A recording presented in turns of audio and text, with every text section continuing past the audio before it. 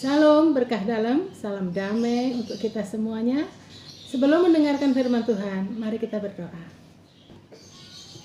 Bapa yang baik, Bapa yang kami sembah dalam nama Yesus, Bapa yang kami imani sebagai juru selamat dunia. Terima kasih Tuhan, terima kasih karena kami diberi kesempatan untuk saat ini berbagi firman Tuhan di dalam media ini. Kiranya Tuhan berkati kami, kiranya Tuhan sertai kami. Urapi hamba-Mu yang menyampaikan firman Tuhan ini, kiranya kami bisa menyampaikan apa yang menjadi keinginan-Mu, hati-Mu dan pikiran-Mu. Terima kasih Tuhan. Urapi dan berkati semua yang mendengarkan firman Tuhan ini melalui media YouTube ini, kiranya dimanapun mereka berada, Engkau urapi mereka menjadi lahan yang subur untuk mendengarkan firman-Mu, agar firman-Mu tidak kembali sia-sia, tapi menjadi berkat, menjadi rema di dalam kehidupannya, dan akan menjadi berkat bagi banyak orang. Terima kasih Tuhan, kami serahkan awal, pertengahan hingga akhir nanti, Tuhan sendiri yang akan berajar. Terima kasih Yesus, di dalam nama-Mu yang besar, kami sudah berdoa dan mengucap syukur. Haleluya, amin. Saudaraku, kali ini saya akan mengambil tema tentang integritas adalah kunci mengalami berkat. Tahun ini ditetapkan sebagai tahun integritas. Kenapa? Karena begitu sulitnya, semakin hari semakin sulit untuk menemukan orang yang berintegritas. Dunia semakin tidak karu-karuan. Untuk menemukan orang yang berintegritas itu nggak mudah lagi. Oleh karena itu, ini akan dicanangkan, digencarkan bahwa tahun ini adalah tahun bagaimana kita membangun karakter, kita membangun karakter keluarga, kita membangun karakter bangsa. Saudaraku, apa pengertian dari integritas? Begitu banyak pengertian dari integritas, yaitu antara keselarasan pikiran, perasaan, perbuatan, dan perkataan yang antara dalam dan luarnya sama. Orang yang konsisten antara yang ada di dalam dirinya dan di apa yang muncul ke permukaan. Nah, lawan dari integritas adalah munafik. Jadi di dalam hal ini integritas adalah sesuatu yang konsisten antara luar dan dalamnya. Saudaraku, saya akan memberikan pengertian khusus mengenai integritas. Integrity is doing the right thing when no one is watching. Nah, di dalam hal ini adalah orang yang berintegritas, dia akan melakukan sesuatu yang benar sekalipun tidak ada seorang pun yang melihatnya. Nah, manusia bisa dibohongin, tetapi Tuhan tidak. Orang-orang yang berintegritas adalah takut akan Tuhan, enggak berani bohong, karena Tuhan selalu akan melihat. Nah, sekalipun manusia tidak melihat, tetapi Tuhan selalu melihat. Oleh karena itu, karena dia adalah orang yang berintegritas, adalah orang yang takut akan Tuhan, maka dia tidak berani bohong, sekalipun tidak ada orang. Nah, Tuhan menjadi pengawasnya, Tuhan menjadi juri dalam kehidupannya, Tuhan yang melihat dia setiap waktu, setiap saat, sehingga dia tanpa orang melihat sekalipun, dia harus melakukan sesuatu yang benar, hanya semata-mata karena Tuhan melihatnya. Nah, bagaimana perilaku integritas? Bagaimana perilaku integritas di dalam kehidupan kita sehari-hari? Pastilah orang integritas adalah orang yang jujur, orang yang murni hatinya, orang yang mempunyai motivasi yang benar di dalam melakukan tindakan apapun. Itu orang yang berintegritas. Dan orang yang berintegritas adalah orang yang konsisten, orang yang selalu apa yang dikatakan itulah tindakannya, orang yang selalu sama, satu dalam perkataan dan tindakan. Orang yang berintegritas adalah orang yang memiliki komitmen yang tinggi, yang selalu siap, yang selalu bisa dipercaya dalam kondisi apapun. Orang yang berintegritas adalah orang yang loyal. Orang yang berintegritas adalah orang yang loyal, orang yang setia, yang tidak mudah berpindah ke lain hati, yang tidak berpindah ke lain organisasi, yang selalu setia pada pasangannya, selalu setia pada organisasinya, selalu setia pada gerejanya, dan selalu setia kepada Tuhan. Itulah orang-orang yang loyal. Orang yang berintegritas adalah orang yang loyal. Orang yang berintegritas juga orang yang bertanggung jawab. Ketika diberi kepercayaan, ketika diberi tugas, ketika diberi wewenang, dia akan melakukan dengan tuntas dan selesai dalam kondisi apapun. Dan orang yang berintegritas adalah orang yang teguh hatinya. Ini yang paling penting. Orang yang tidak tergoda, orang yang selalu punya prinsip yang kuat, orang yang tidak terima suap, dan orang yang tidak kompromi dengan dosa. Nah, hal ini bisa dilakukan untuk jujur, untuk konsisten, untuk komitmen, untuk setia, untuk bertanggung jawab, dan untuk memiliki prinsip yang teguh. Ini hanya bisa dilakukan ketika ia takut akan Tuhan. Ya saudaraku, ini hanya bisa dilakukan jika kita takut akan Tuhan. Nah, sekarang ada di dalam firman-Nya. Ya, kita lihat di sini di dalam Mazmur 25 ayat 12 dikatakan, siapa yang takut akan Tuhan, kepadanya Tuhan menunjukkan jalan yang harus dipilihnya. Ini artinya apa? Ketika seseorang takut akan Tuhan, ketika kita takut akan Tuhan, kita nggak berani berdosa. Dan pada saat kita tidak berani berdosa, maka Tuhan akan pilihkan jalan yang benar itu seperti apa. Nah, jadi artinya ketika kita takut akan Tuhan, untuk berintegritas kita akan dimampukan. Kita akan dimampukan oleh Tuhan untuk memilih jalan mana yang benar, jalan mana yang dikehendaki Tuhan. Nah, itu saudaraku. Mengapa kita harus berintegritas? Mengapa kita harus memiliki integritas? Karena integritas adalah kunci mengalami berkat. Ya, karena integritas adalah kunci mengalami berkat. Dan ini ditunjukkan di dalam firman-Nya, di dalam Mazmur 24 ayat 5 dikatakan bahwa orang yang berintegritas akan menerima berkat dan keselamatan dari Tuhan. Ya, orang yang berintegritas akan menerima berkat dan keselamatan dari Tuhan. Nah, saudaraku, itu alasannya mengapa kita berintegritas. Yang penting adalah orang yang memiliki integritas itu akan dibutuhkan. Orang yang memiliki integritas adalah kualitas terbaik yang dibutuhkan orang, yang dibutuhkan organisasi atau perusahaan, dan itu yang dikehendaki Tuhan. Itu kualitas dari seseorang yang dikehendaki Tuhan, dan itu sudah masuk orang yang menjalankan kebenaran sesuai dengan kehendak Tuhan. Nah, di dalam firman-Nya, di dalam Mazmur 24 ayat 3 sampai 25, dan ini merupakan ayat emas kita tahun ini. Berulang-ulang kita bahas, berulang-ulang kita kupas, dan semakin kita kupas semakin mendalam. Yang kata-katanya begini, siapakah yang boleh naik ke atas gunung Tuhan? Siapakah yang boleh berdiri di tempatnya yang kudus? Itu artinya adalah siapa yang akan dimuliakan, siapa yang akan sukses seperti itu. Nah, dan dialah yang akan menerima berkat dari Tuhan dan keadilan dari Allah yang menyelamatkan dia. Nah, dia itu yang seperti apa? Di dalam Mazmur 24 ayat 4 di sini adalah jawabannya.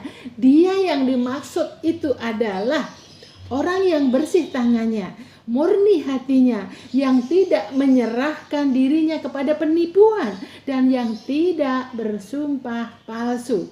Dan ini sudah sama dengan yang kita simpulkan, bahwa orang yang bersih tangannya, murni hatinya, tidak menyerahkan dirinya kepada penipuan, dan tidak bersumpah palsu, itu berarti adalah orang yang jujur. Orang yang mempunyai motivasi benar, orang yang mempunyai motivasi positif, orang yang konsisten, orang yang memiliki komitmen yang tinggi, orang yang loyal, orang yang bertanggung jawab, dan orang yang punya prinsip yang kuat, yang teguh hatinya. Nah, saudaraku, untuk memiliki integritas ternyata nggak mudah. Diperlukan keteguhan hati dalam menghadapi tantangan untuk berintegritas. Nah, sepertinya teorinya gampang, tetapi ketika kita di dalam kehidupan sehari-hari, ujian integritas setiap orang itu berbeda-beda, dan ujian integritas itu berat. Dan biasanya ujian integritas sekitar keuangan, pekerjaan, jabatan, atau mungkin hal-hal yang lain yang hal-hal yang dan lain-lain yang sifatnya adalah dosa. Nah, tidak kompromi dalam dosa. Ini ujian integritas. Ternyata ujian integritas macam-macam setiap orang. Mungkin saudara mengalami, pernah suatu saat dihadapkan dengan sebuah pilihan. Kalau kita melakukan ini secara duniawi, kita mendapatkan sesuatu yang besar. Mungkin itu uang, mungkin itu jabatan, atau apapun itu. Tetapi sebetulnya ketika itu kita lakukan, kita sedang mendukakan hati Tuhan. Kita sedang mendukakan hati Tuhan. Nah, ini adalah ujian yang luar biasa. Saudaraku, integritas menunjukkan keteguhan hati. Integritas menunjukkan orang yang kuat di dalam prinsip. Nah, ini akan ditunjukkan ketika perilaku dalam kehidupan. Orang yang berintegritas, secara spesifik saya sebutkan, tidak terima suap dan tidak kompromi dengan dosa. Yes. Tidak terima suap, tidak kompromi dengan dosa. Nah, orang yang berintegritas tidak akan tergoyahkan oleh godaan. Tidak akan tergoyahkan oleh godaan untuk mengkhianati nilai-nilai moral yang diyakini. Tidak tergoyahkan untuk mengkhianati pasangannya, tidak mengkhianati perusahaannya, tidak demi uang dia melakukan dosa. Nah, ini adalah orang-orang yang berintegritas. Dia memiliki prinsip yang kuat, tidak tergoyahkan. Bagaimana kita bisa tidak tergoyahkan? Hanya satu jawabannya, ketika kita takut akan Tuhan. Ketika kita takut akan Tuhan. Nah, integritas akan melahirkan perilaku komitmen yang kuat. Komitmen yang kuat untuk selalu tahan uji terhadap godaan. Dan bagaimana kita bisa kuat? Saudaraku, pada saat godaan datang, pada saat ujian datang, kalau sudah mulai ragu, itu artinya bahaya. Kalau sudah tidak bisa memutuskan dengan cepat, itu artinya bahaya. Iblis mengintai kita untuk lengah dan dia masuk. Dan saat itu harus sadar, yang harus kita lakukan adalah berdoa. Bagaimana doanya? Di dalam Mazmur 86 ayat 11 dikatakan, tunjukkanlah kepadaku jalan-Mu ya Tuhan, supaya aku hidup menurut kebenaran-Mu. Bulatkanlah hatiku, kuatkanlah aku untuk takut akan Engkau. Nah, ini doanya. Pada saat godaan itu datang, supaya kita kuat, segera kita berlari kepada Tuhan. Pada saat kita berlari pada Tuhan, Tuhan langsung datang dan mengurapi, memberikan kemampuan untuk bisa melakukan jalan mana yang akan dipilihnya. Wow, itu luar biasa. Saudaraku, jangan main-main dengan dosa. Jangan main-main dengan dosa, karena upah dosa adalah maut. Pada saat seperti itu, yakin dan percaya kita akan dilindungi untuk tidak berbuat hal-hal yang berhubungan dengan dosa ketika kita takut pada Tuhan, ketika kita berlari pada Tuhan. Nah, saya akan bersaksi. Sebagai trainer, saya pernah memberikan training. Ada salah satu peserta training bercerita kepada saya.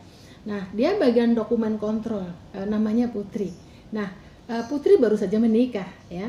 Kemudian dia punya impian dong, dan dia punya impian ingin segera punya rumah karena saat itu dia masih kontrak ya. Nah, kemudian dia tidak ingin rumah yang besar, dia tinggal di Jakarta. Enggak perlu rumah besar, rumah kecil aja, sederhana aja. Dan rupanya dia menemukan rumah yang kecil dan murah, harganya di sana 300 juta. Nah, lalu dia mulai niat untuk menabung, menyisihkan uang supaya bisa beli rumah. Dan karena rumah adalah impian dari orang yang baru menikah ya. Nah, kemudian setelah itu pada saat pagi-pagi dia datang sampai tempat kerja, tiba-tiba dia mendapatkan telepon dari seseorang yang nomornya tidak ada di HP-nya dan mengatakan begini, "Pagi Mbak Putri, kenalkan nama saya bla bla bla. jika Mbak Putri bersedia memberikan fotokopi pada saya dokumen ini, maka saya akan kasih imbalan 300 juta. Hanya fotokopi saja. Nanti setelah itu kembalikan. Semuanya akan oke, semuanya akan beres. Dan 300 juta akan kami berikan secepatnya. Wah, 300 juta itu sama dengan harga rumah. Wah, kebeli nih rumahnya. Langsung pikirannya begitu ya. Dan kemudian dia mikir, wah, ini seperti yang saya doakan. Nah, dia berpikir seolah-olah ini doa jalan Tuhan. Nah, tetapi terus dia sadar, loh, kenapa orang itu mau memberikan 300 juta dengan mudah? Lalu dia berpikir dokumen itu apa manfaatnya buat dia sehingga dia mau bayar segitu mahal? Ternyata dokumen yang diminta adalah dokumen lelang. Nah, kalau dokumen itu diterima, bisa diambil oleh perusahaan lain, berarti perusahaan itu akan pasti sudah kalah lelangnya karena akan diungguli oleh perusahaan lain. Langsung dia gemetar, dia berdoa, dan akhirnya dia dikuatkan Tuhan dan dia katakan tidak. Nah, itu keren sekali. Itu satu case, dan saya juga menemukan case yang lain. Seseorang dia kerja bagian administrasi keuangan dan dia harus mengelola laporan keuangan. Kemudian pimpinannya bilang, coba tolong buat laporan keuangan yang versi lain, jangan yang sesungguhnya, buatlah datanya seperti ini dan itu nanti akan menguntungkan perusahaan kita, tapi ingat ini adalah rahasia.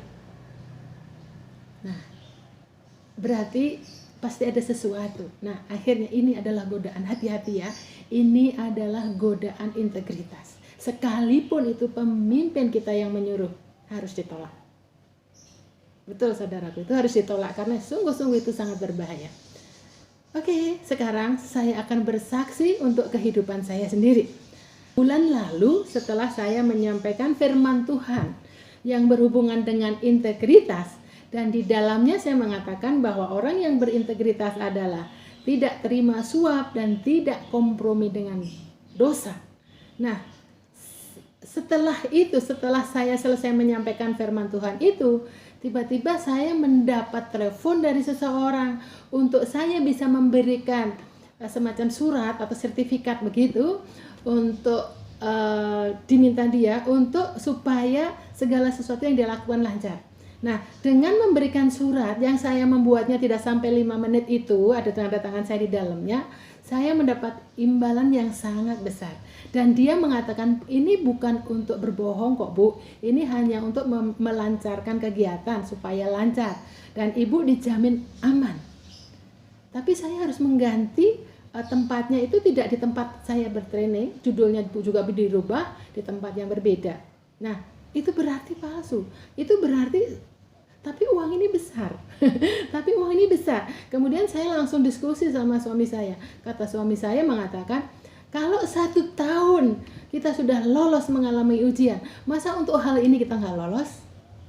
Jadi pada saat itu saya gemetar. Langsung saya ambil telepon dan saya katakan, sekalipun uang itu besar, dan uang ini sangat besar, dan uang ini sangat dibutuhkan dalam kondisi pandemi seperti ini, tapi jangan main-main, jangan kompromi dengan dosa. Tuhan tersenyum melihat saya. Ayo, apa yang kamu lakukan? Apa yang kamu putuskan? Langsung saya telepon dan saya katakan no. Saya katakan tidak, saya tidak bersedia. Dan begitu saya bisa menyampaikan bahwa saya tidak bersedia, hati ini rasanya plong, hati ini rasanya bahagia sekali, gemetar saya. Dan saya tidak tahan, saya langsung ambil telepon, saya telepon Bapak Gembala saya, Bapak Rohani saya, dan saya katakan, saya ceritakan semuanya. Dan Bapak Gembala saya kemudian menyatakan bahwa wah, ini luar biasa, ini tindakan yang menyukakan hati Tuhan. Dan Bapak Gembala saya menangis, dan saya pun yang tadinya saya biasa gitu ya, walaupun saya memang agak gemetar sedikit, tiba-tiba saya menangis juga. Kami menangis di dalam telepon, kami menangis. Nah, lalu Bapak Gembala mendoakan saya untuk mengucap syukur untuk bisa dimampukan melampaui ujian yang sangat luar biasa di saat sekarang ini. Nah, dan Bapak Pendeta juga berdoa bahwa jangan takut, jangan gentar, Tuhan akan ganti lebih banyak. Dan di akhir doa saya katakan amin. Saya katakan amin dan saya lega. Saya bahagia sekali, hidup saya ringan sekali, perasaan ini sukacita luar biasa. Itu kalau itu hari Jumat. Nah, kemudian hari Senin saya punya kegiatan. Dan apa? Janji Tuhan dinyatakan. Janji Tuhan dinyatakan. Tiba-tiba ada jawab, ada berkat yang melimpah, yang melebihi dari sesuatu yang sudah saya lepaskan. Yang saya tidak terima, yang tadi dalam bentuk suapan, saya sudah lepaskan. Dan itu benar-benar Tuhan ganti lebih besar jumlahnya. Tambah 25% lebih besar. Dan wow, pada saat saya menerima itu, Tuhan, oh haleluya, Engkau menyatakan kuasanya, Engkau menyatakan janjinya Tuhan. Dan saya mensyukuri luar biasa. Saya bersyukur luar biasa. Dan ketika sesuatu sudah saya terima, saya tidak tahan. Saya langsung menghubungi Bapak Gembala dan saya ceritakan semuanya ini. Perasaan saya, luar biasa, saya mengalami Tuhan, saya mengalami urapan Tuhan, saya melimpah-limpah ucapan syukur, dan Tuhan menyatakan kebesarannya, Tuhan menyatakan kemuliaannya dan janjinya di dalam hidup saya. Saya mengucap syukur dan sungguh-sungguh ini membuat saya semakin tidak ada alasan tidak mencintai Tuhan, tidak ada alasan tidak mengasihi Tuhan, karena kasih Tuhan, cinta Tuhan di dalam kehidupan kita berlimpah-limpah, kita di dalam keselamatannya. Amin. Haleluya. Nah, kembali ke sini saudaraku, integritas akan melahirkan tahan uji ketika menghadapi godaan. Dan pada saat kita tahan uji menghadapi godaan, Tuhan sediakan berkat yang melimpah. Betul saudaraku, ketika kita tahan uji terhadap godaan-godaan integritas, Tuhan akan nyatakan, Tuhan sediakan berkatnya yang melimpah. Apa berkatnya? Kita lihat. Yang pertama, berkat bagi orang yang berintegritas yang pertama. Kita akan hidup di dalam kebahagiaan dan damai sukacita. Betul saudaraku, ketika kita berintegritas, ketika kita mampu menjadi orang yang berintegritas, hidup kita adalah bahagia. Kita akan hidup di dalam kebahagiaan dan sukacita. Kita hidup di dalam ketentraman yang luar biasa. Di dalam firman-Nya dinyatakan, berbahagialah setiap orang yang takut akan Tuhan, yang hidupnya menurut jalan yang ditunjukkannya. Dalam takut akan Tuhan ada ketentraman yang besar, bahkan ada perlindungan bagi anak-anaknya. Luar biasa saudaraku. Jadi mari kita berintegritas, karena kita akan hidup di dalam kebahagiaan dan ketentraman. Ingat, janji Tuhan pasti dinyatakan. Berkat yang kedua, berkat bagi orang berintegritas yang kedua, kita akan hidup berkelimpahan kebaikan Tuhan. Haleluya. Bagaimana betapa luar biasanya ketika kita hidup di dalam kelimpahan kebaikan yang asalnya dari Tuhan. Segala yang kita lakukan berhasil, segala yang kita lakukan diberkati, segala yang kita lakukan memberkati orang lain, segalanya baik. Kita akan ketemu orang-orang baik, kita akan ketemu segalanya baik. Dan ketika kita menemui orang yang jahat, yang mengancam kita, Tuhan sudah lindungi kita. Maka itulah kelimpahan, kebaikan Tuhan untuk melindungi kita. Saudaraku, firman-Nya mengatakan, alangkah berlimpahnya kebaikanmu yang telah kau simpan bagi orang yang takut akan Engkau. Ya, firman-Nya dinyatakan. Saudaraku, berkat bagi orang yang berintegritas yang ketiga. Kita diperhatikan serta di dalam perlindungannya dan pemeliharaan Tuhan. Saudaraku, bayangkan seorang anak kecil yang di dalam perlindungan orang tuanya. Gambar ini saya interpretasikan bahwa anak kecil ini wajahnya begitu tentram, begitu damai ketika dia diperhatikan oleh orang tuanya, di dalam perlindungan orang tuanya, di dalam pemeliharaan orang tuanya. Saudaraku, baru orang tua kita aja kita sudah tentramnya luar biasa. Kalau itu adalah Tuhan, coba bayangkan, diperhatikan, dilindungi, dan di dalam pemeliharaan yang sempurna oleh Tuhan. Itu adalah kehidupan yang sangat luar biasa.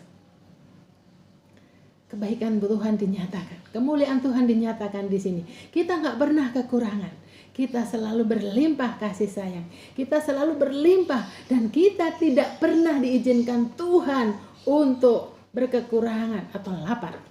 Nah, firman Tuhan dinyatakan, sesungguhnya mata Tuhan tertuju kepada mereka yang takut akan Dia, kepada mereka yang berharap akan kasih setianya, untuk melepaskan jiwa mereka dari maut dan memelihara hidup mereka pada masa kelaparan.